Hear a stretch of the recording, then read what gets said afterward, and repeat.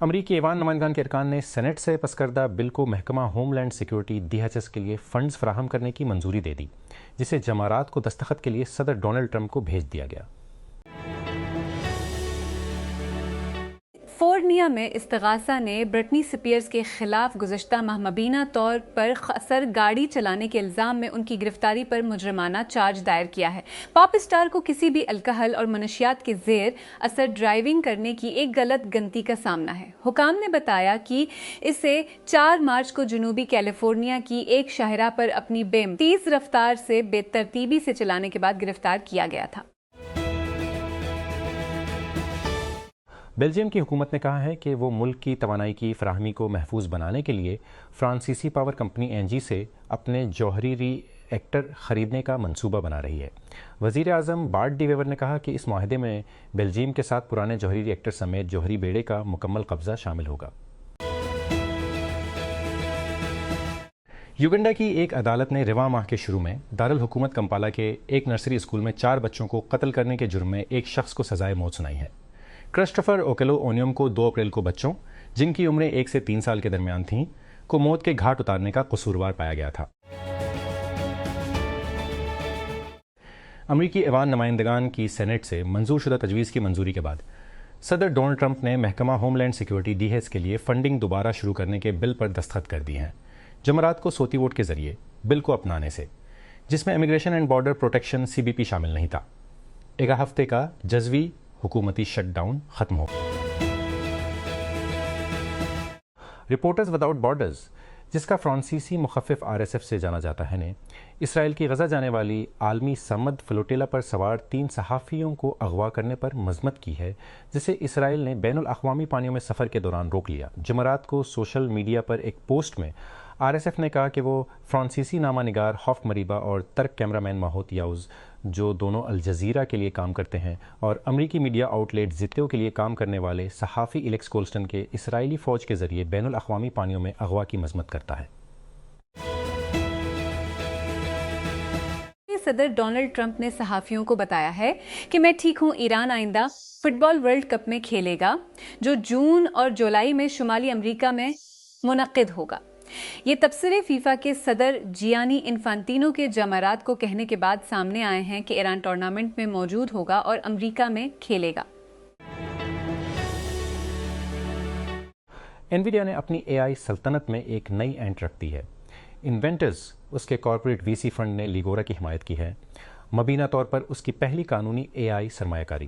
وکلاء کو اپنے کام کو ہموار کرنے میں مدد کرنے کے لیے AI کا فائدہ اٹھاتے ہوئے سویڈش میں پیدا ہونے والا قانونی ٹیک اسٹارٹ اپ امریکی کھلاڑی ہاروی سے مقابلہ کر رہا ہے۔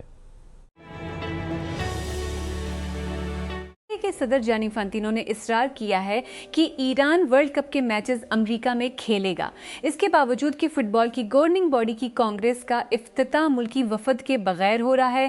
اس کی غیر موجودگی ٹورنامنٹ کے ارد گرد تناؤ اور چیلنجوں کو اجاگر کرتی ہے۔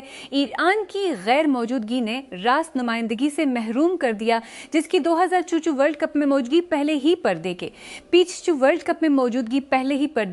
پیچھے کی بات چیت کو تشکیل دے رہی ہے، اور ٹورنامنٹ کی سرحد پار کی نوعیت کے پیش نظر یہ مسئلہ خاصا شدید ہے۔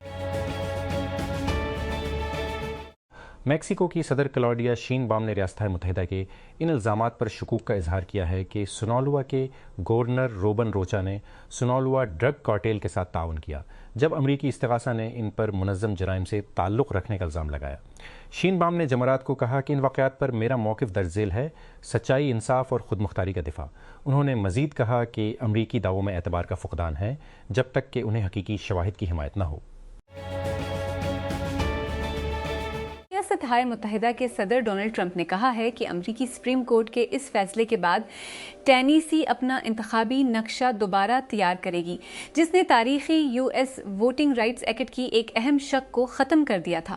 اگرچہ لوزیانہ کے انتخابی نقشے پر سپریم کورٹ کے فیصلے کے پورے ملک میں وسیع پیمانے پر اثرات ہیں، لیکن اس کے وسیع تر انتخابی منظر نامے پر بھی اثرات ہیں۔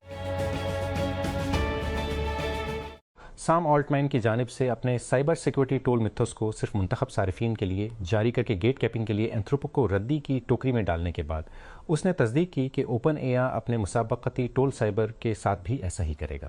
آلتمان نے جمعرات کو ایکس پر ایک پوسٹ میں کہا کہ اوپن اے آئی اگلے چند دنوں میں GPT-5 سائبر کو اہم سائبر محافظوں کے لیے رول آؤٹ کرنا شروع کر دے گا۔ اوپن اے آئی کی اپنی ویب سائٹ پر ایک درخواست ہے جہاں لوگ رسائی حاصل کرنے کے لیے اپنی اسناد اور منصوبہ بند استعمال کے بارے میں معلومات جمع کراتے ہیں۔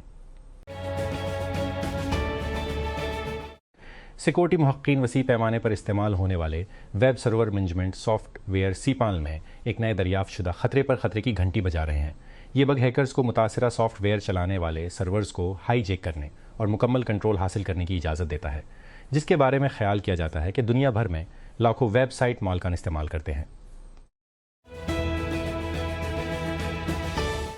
ریوین نے محکمہ توانائی کے ساتھ اپنے قرض کے معاہدے پر دوبارہ کام کیا ہے اور اب وہ جارجیا میں اپنی نئی فیکٹری بنانے کے لیے 4.5 بلین ادھار لینے کی توقع رکھتا ہے، جو بائیڈن انتظامیہ کے تحت مختص 100 بلین کی اصل رقم سے کم ہے۔